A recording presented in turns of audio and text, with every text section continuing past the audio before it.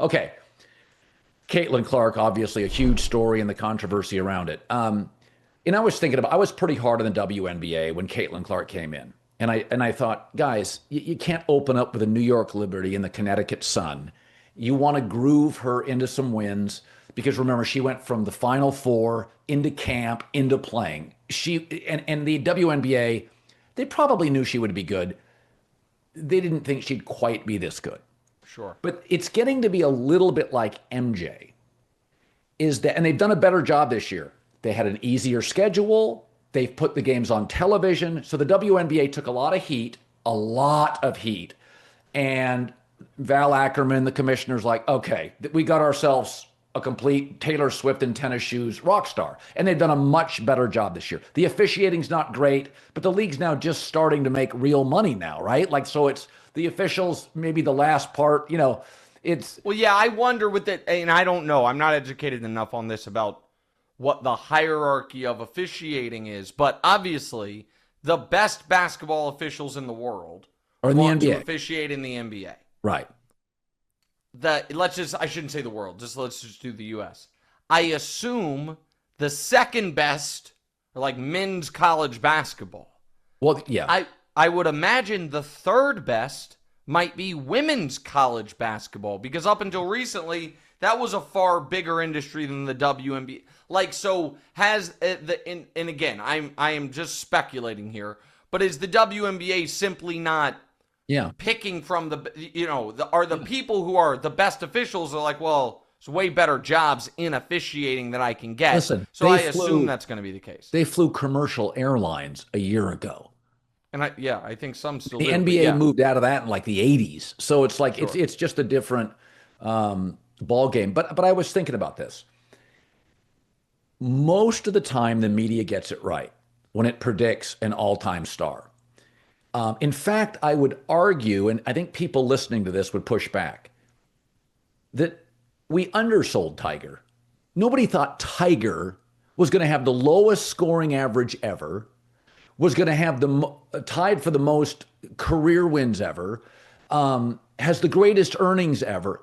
Not even Nike would have guessed that. And within 5 years, have the scoring record at all four majors. I mean, the Tiger Slam. The Tiger Slam. Yeah. No. Okay. You're right. Tiger, Serena, LeBron. I would argue all the all-time greats that turned into all-time greats also actually kind of exceeded expectations. Sorry to interrupt this great video, but please remember to like and subscribe. Thank you. Now back to the video. Most of the time, I think Bryce Harper at 16 was considered arguably the best baseball prospect ever. He's turned out 8-time All-Star, 2-time National League MVP, 340 home runs plus. That is if you would have said that when he was 16 on Sports Illustrated, he's going to be an 8-time All-Star, 2-time MVP, you'd be like, yeah, for the best prospect ever, that's in that elite class. Sure. But I think Caitlin Clark, LeBron and MJ, I think they're better. And I thought Caitlin was going to be good. But Gino Auriemma, UConn's coach, came out and said, and this guy knows basketball. He's the best recruiter in the history of the sport. He's like, this idea she's going to walk into the WNBA and crush people. But it was here's the thing. All the UConn folks had like the legendary UConn players who were then in media, and then Gino, they all kind of, in my opinion, had a bias of, man, this was supposed to be what everyone was saying about Paige Beckers a year ago, but Paige had blown out her knee and she missed time and all of that. And so I think that they also underestimated what a badass Clark was going to be. Yeah. And I think they also looked at it and said, well, she's great and going to be great, but she's not better than Breanna Stewart or Diana Taurasi, and they, if they had a transition, she will too. And the answer is, she is already one of the 4 best players in the league. Oh, she is already an absolute, and I say this in the kindest words, an asshole on the court. Yeah. Like the way you kind of need to, you don't need to be, but it's something people historically like in their athletes, like a trash Larry Bird, Michael Jordan, a trash talker, hard ass.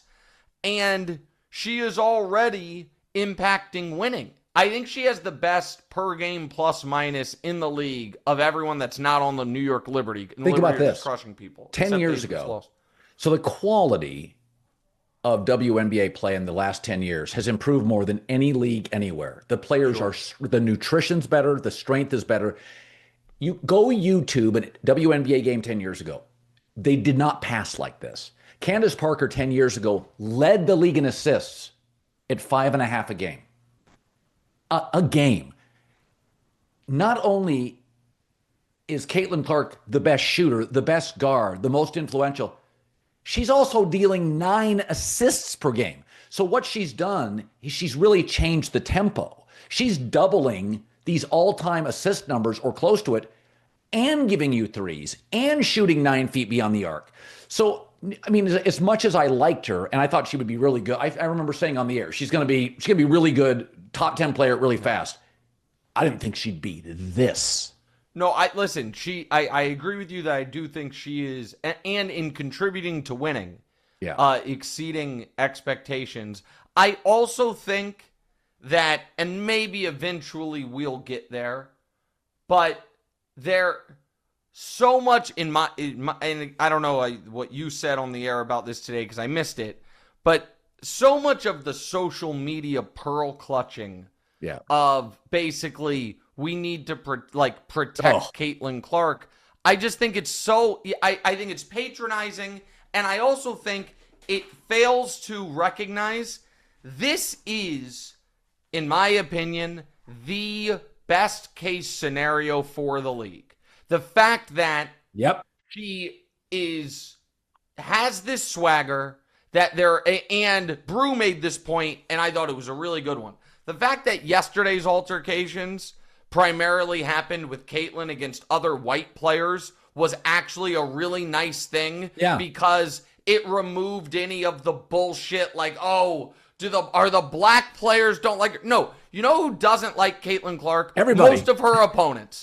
you know who historically is not that popular in sports? The young, awesome, swaggery, trash-talking player. That player usually has allies on their team and their fans. Larry Bird got choked by Dr. J. Right, everybody hated Larry. Right, and so that's awesome.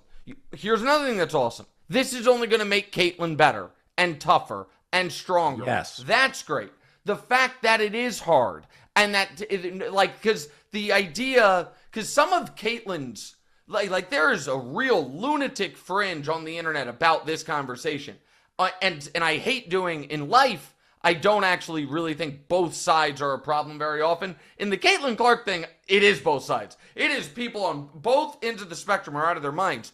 And the biggest Caitlin fans are like, the league, this is the league's cash cow.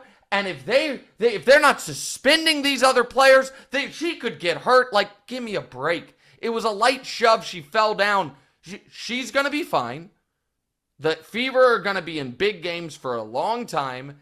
She is sustainably drawing eyeballs. And I do think it is while people pointed out correctly, oh man, when she was out, the ratings dropped.